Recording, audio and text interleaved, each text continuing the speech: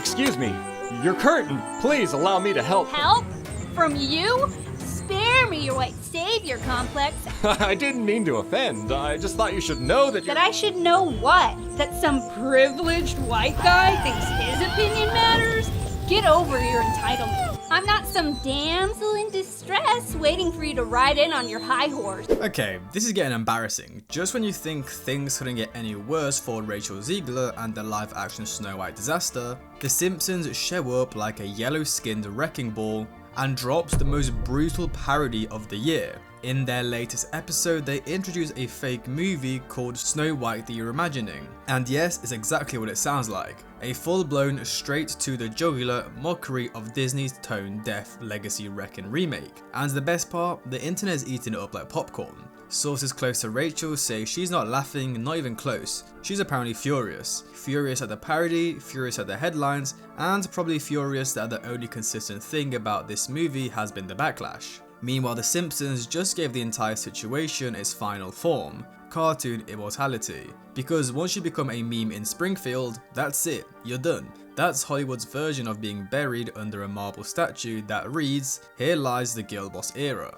So let's break this down. The Simpsons roasted Rachel's Snow White as a soulless, self-obsessed reimagining. In the episode, she bans princes, lectures villagers, and watches her film flop in a near-empty theatre before having a complete breakdown on Krusty the Clown's talk show. Subtle? No. Accurate? Absolutely. And the crazy thing is, this wasn't even exaggerated. That's literally what happened. Rachel Zegler said in real life interviews that her Snow White wasn't interested in love, that the prince was a stalker. I know that you've told me before that your version of Snow White is different and it's more of a 2022 version of Snow White. What did you mean by that? I mean, you know, the original cartoon came out in 1937, and very evidently so. There is a big focus on her love story with a guy who literally stalks her. Yeah. Weird. Super weird. So we didn't do that this time. And that she didn't care if people didn't like her version because, quote, "they'll come to see me." Spoiler alert, they didn't. And to everyone who hates when I win, the winged victory came to the Louvre in pieces. And people still line up to see her.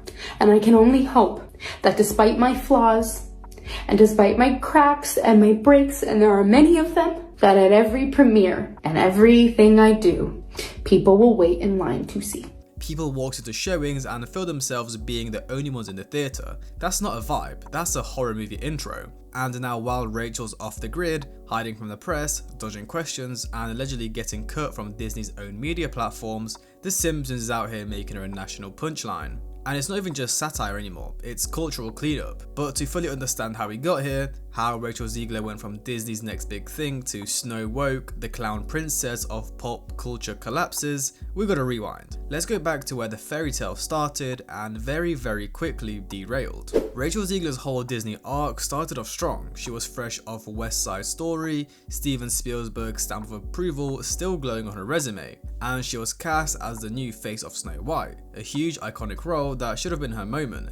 A career-defining, legacy-securing Disney princess moment. But instead of leaning into the charm of the original, she rolled in swinging like the 1937 version personally owed her money. She started doing interviews that felt less like promo and more like a live podcast on why fairy tales are problematic. She mocked the prince, she dismissed the love story, she said it's no longer 1937 like that was a revolutionary thought. The cartoon was made 85 years ago, and therefore it's extremely dated when it comes to the ideas of women being in roles of power and what a woman is fit for in the world. And so when we came to reimagining the actual role of Snow White, it became about the fairest of them all, meaning who is the most just and who can become a fantastic leader.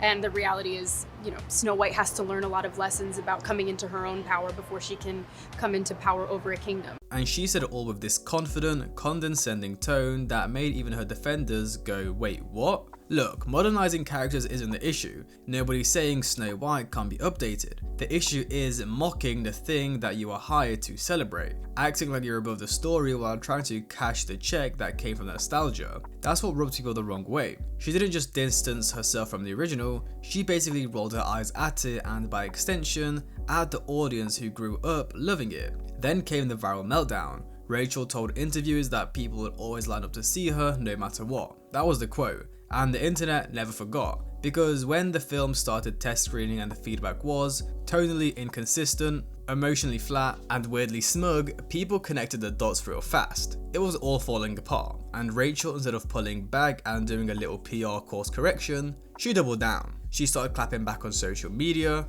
calling critics trolls, telling people to unfollow her if they didn't like the direction of the movie, and basically yelling into the void like she was fighting Reddit mods in the town square. Behind the scenes, panic. Disney reportedly started scrambling. Theatres were empty, press stores started vanishing, entire interviews got pulled from circulation. People started leaking that the executives were furious, while Iger allegedly started asking why this remake, a supposed billion-dollar IP, was crashing and burning harder than a TikTok influencer's acting debut. And just as it looks like it couldn't get more chaotic, South Park came through with their own gut punch. They dropped a special that completely shredded Disney's content strategy, mocking its obsession with identity politics, constant reboots, and corporate messaging. The satire was brutal. They portrayed Disney as a studio more focused on checking boxes than telling stories. And guess what franchise they used as a punching bag? Yep, Snow White. The message was clear. Disney had officially become a parody of itself. When South Park and The Simpsons are both roasting your movie in the same season,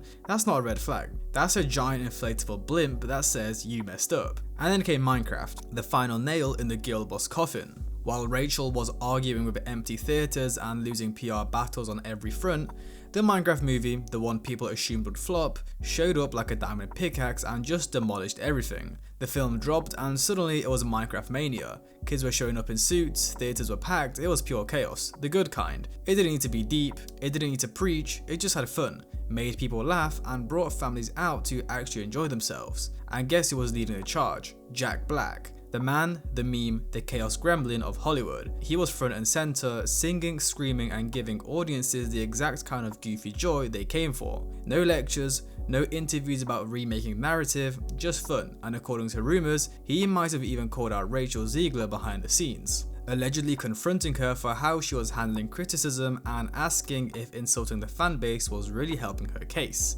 No confirmation on that, but honestly, it fits. While Snow White was sinking, Minecraft soared. One made $300 million globally in a weekend, the other barely broke $160 million in 3 weeks. It wasn't even a fight, it was a cultural uppercut. And now back to the present, The Simpsons have just sealed the deal. They've turned the whole Zegler Disney Snow White disaster into a cartoon that's gonna outlive all of us. And Rachel, she's gone dark. No posts, no interviews, no comeback, just silence. The same girl who once said people would always come to see her is now sitting in the exact spot The Simpsons predicted. A mocked, memed, miscast actress watching her moment burn out in real time. So what do we learn from all this? Simple, you can't sell nostalgia while acting like you're embarrassed by it. You can't market a remake to fans and then tell the same fans they're the problem. And you definitely can't cast someone who thinks fairy tales are stupid and then act shocked when the magic disappears. The fans are smarter than the studios think. They don't hate change, they hate condescension. They don't hate progress, they hate being talked down to. They want heart, they want charm, and they want to feel like people making the movie actually like story they're telling. Minecraft delivered what Snow White didn't, and now The Simpsons is here to remind the entire world of that failure in HD with a laugh track. Let me know what you think in the comments. Was Rachel Zegler unfairly dragged, or did she dig her own hole one interview at a time? Should Disney stop the remakes or just stop casting people who seem to hate the stories they're in? And most importantly, when's Jack Black getting his own Minecraft spin-off? Anyways, hope you guys enjoyed, like, subscribe, comment, have a great day, and I'll see you guys in the next one.